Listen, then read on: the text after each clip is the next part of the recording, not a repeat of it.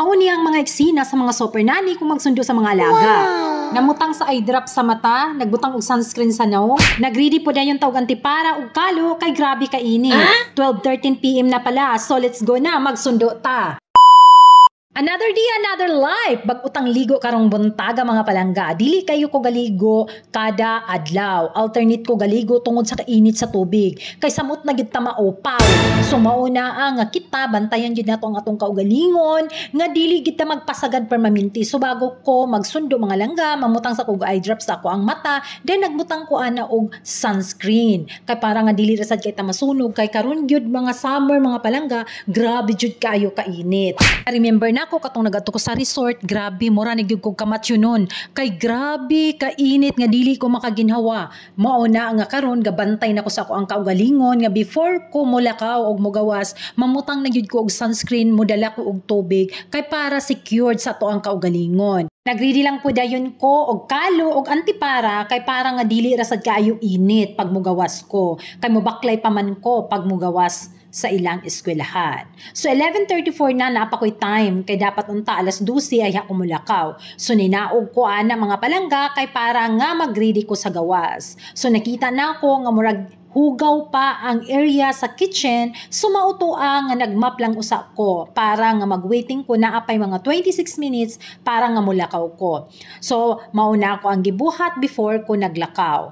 Pagkauman na ng mga langga, video dayon ko, nagtanaw ko sa kong naong kung okay na ba siya, nga dili na ba mainitan, dayon nag-adto na dayon ko sa eskwelahan.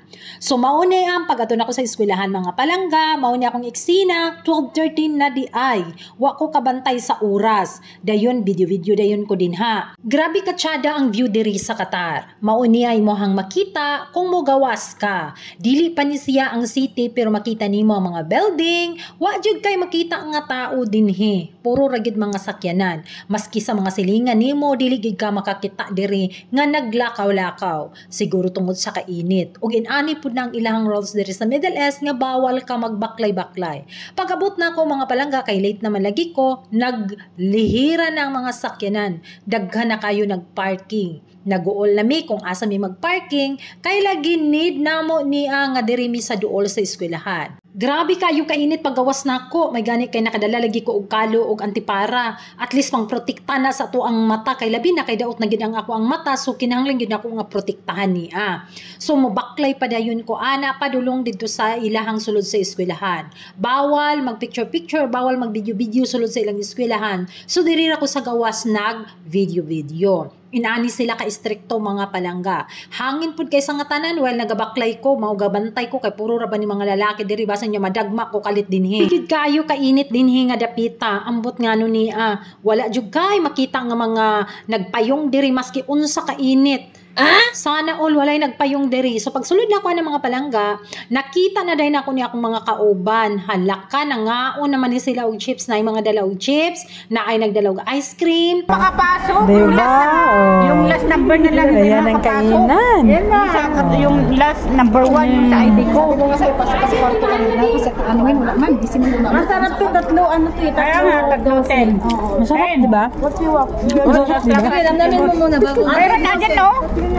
Cream onion, hot and spicy. Salted chips. Nung isang araw ka pa ng ng Gcash, kagabi naka-withdraw ako sa nilalaro ko. Ay, Malapit na maglabasan yung mga alaga namin, kaya yan, kumakain pa rin kami, hindi pa rin natatapos. Isang tawag lang ng alaga ko, diretso agad siya lumabas. At habang nasa sasakyan kami, ayan, anong nangyari sa alaga ko, anong ginawa sa buhok ko, Diyos ko naman talaga. At hinayaan ko na lang para nga hindi siya umuiyak. Paano ka makatulog nito kung ganito ang alaga mo? Malapit lang naman yung bahay namin dito. Pag walang traffic, mga 15 minutes ay makarating na din kami sa bahay. So pagdating namin ng bahay, mga palangga, pakainin ko lang sila at i-ready ko kasi nga may tutor na pagdating namin. At ayan mga palangga, yung video natin for today. Hope na nag-i-enjoy kayo at yan po ang buhay natin, routine natin everyday, magsundo ng mga alaga. Thank you for watching and don't forget to follow our page. Bye-bye!